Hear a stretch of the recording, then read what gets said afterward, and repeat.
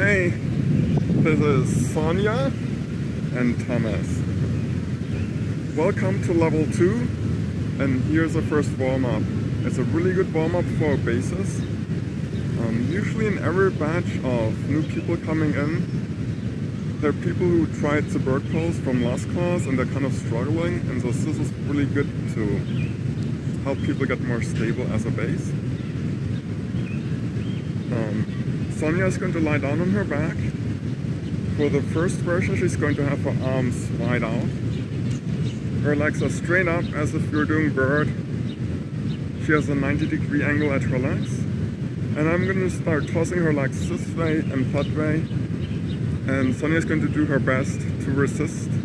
So I'm going to do a light toss. And remember, start gentle with your partner, and once they are ready for challenge, you can go wilder.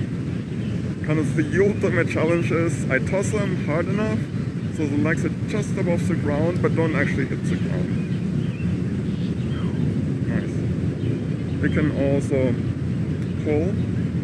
So Sonia is going to keep a 90-degree angle at her hips. Her head should lift off. Nice.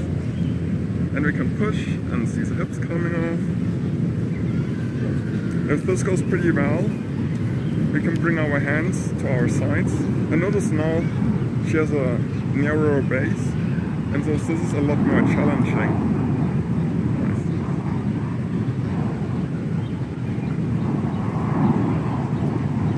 I'm gonna give you 2 cues on how to do this better, and this gets into like technique for the base. I'm gonna have Sonia's back, and notice a lot of times people's backs are kind of rounded, and then what's actually touching the back is maybe just this part. But if Sonia kind of connects more to the ground, and these are the widest parts that connect to the ground, which is a wider base, and a wider base means you can resist better. Just think about like a ship has a round keel, and as soon as you put it on land, it just kind of like rolls over. When you have a big construction crane, they have these legs that go to the side, so the base is wider. So in this exercise, to get better, you want to think about connecting your shoulders to the ground at the widest possible angle. The next thing is, as a base, you want to kind of, at the first level of challenge, you want to resist and stay tight. But once you get overpowered, you actually want to start yielding. So for example, if this is my back on the ground and these are my legs, if I get really overpowered and I get turned all the way to my side, like this is my torso, I can't really come back.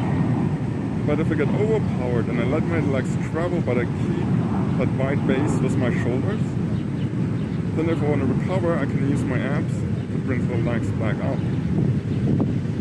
And notice when you're flat on the ground, you have the most leverage to get your legs up. When you're on the side, you have no leverage, and any degree of added tilt is going to reduce your leverage. So you want to learn to yield when you get overpowered. Hi, I'm Sonia. This is Thomas. I'm Thomas. And this is level 2 of Acro.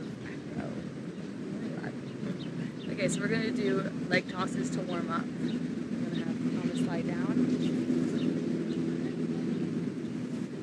He's going to have his arms wide, and he's going to have his legs 90 degrees at his hip.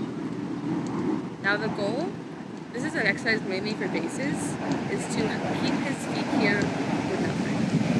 I'm going to put on some resistance, and he's going to try to stay stationary. So, resistance. Very good base over here. Okay.